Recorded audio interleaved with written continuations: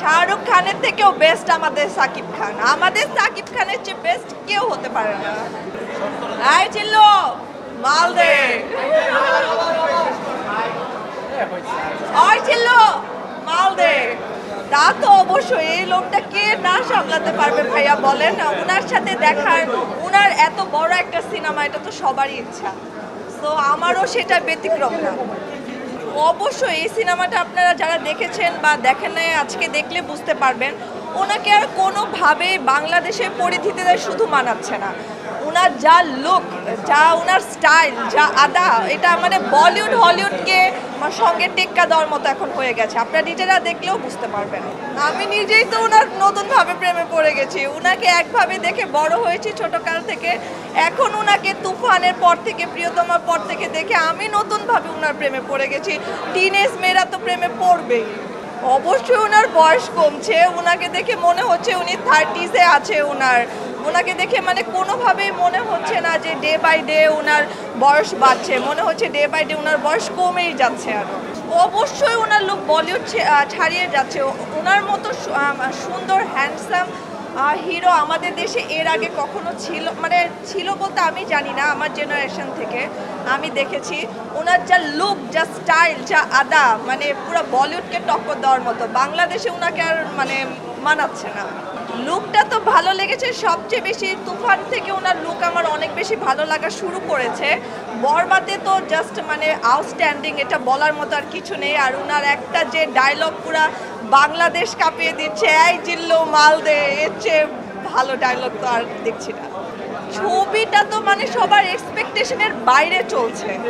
এটা আর আমাদের বলার কিছু নেই। আপনারা সবাই দেখতে পাচ্ছেন, এর জন্য এখানে সবাই। না, আমার সিনেমাটা আগে দেখা হয় নাই। সিনেমাটা আজকে আমি প্রথম দেখব। কেমন জানি ছিল, এই জিল্লো মালদে, কেমন টাইপের মেবি, আমি ঠিক জানি না। অনেক বেশি এক্সাইটেড। আমার স্বপ্নের হিরো, তাকে সে যেহেতু সামনে আসছে, আমি অনেক বেশি এক্সাইটেড। না, এর আগে সরাসরি দেখেছি, একটা ঢাকা ফ্যাশন ডেতে গিয়েছিলাম, ওইখানে দেখা হয়েছে। বরবাদ সবকিছু বরবাদ করে দিয়েছে। বরবাদ নিয়ে বলার মতো কিছু নেই। আমাদের মন, আমাদের চিন্তাধারা সবকিছু বরবাদ করে দিয়েছে। শাহরুখ খানের থেকেও বেস্ট আমাদের সাকিব খান। আমাদের সাকিব খানের চেয়ে বেস্ট কেউ হতে পারে না। অবশ্যই করব।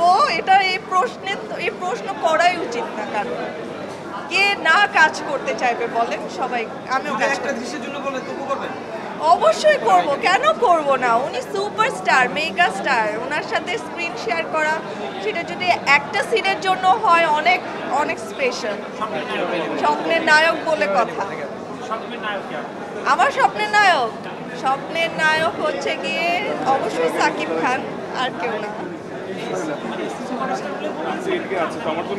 না, মন থেকে বলেছি সাকিব খান। ওনার মধ্যে কি নেই? ওনাকে ছাড়া কাকে পছন্দ করব? উনি সুপারস্টার, উনি স্বপ্নের নায়ক। আপনাদেরও আমি জানি।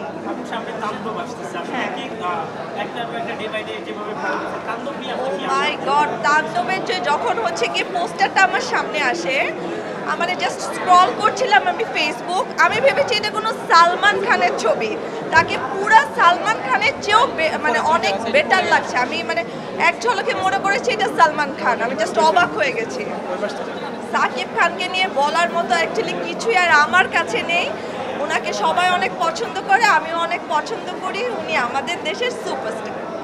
অবশ্যই রোমান্টিক ক্যারেক্টার করতে পছন্দ করতাম, যেহেতু আমি তার অনেক বড় ফ্যান। তাই আমি অ্যাকচুয়ালি কি বলবো, প্রপোজ তো ছেলেরা করে, প্রপোজটা কি মেয়েরা করে নাকি?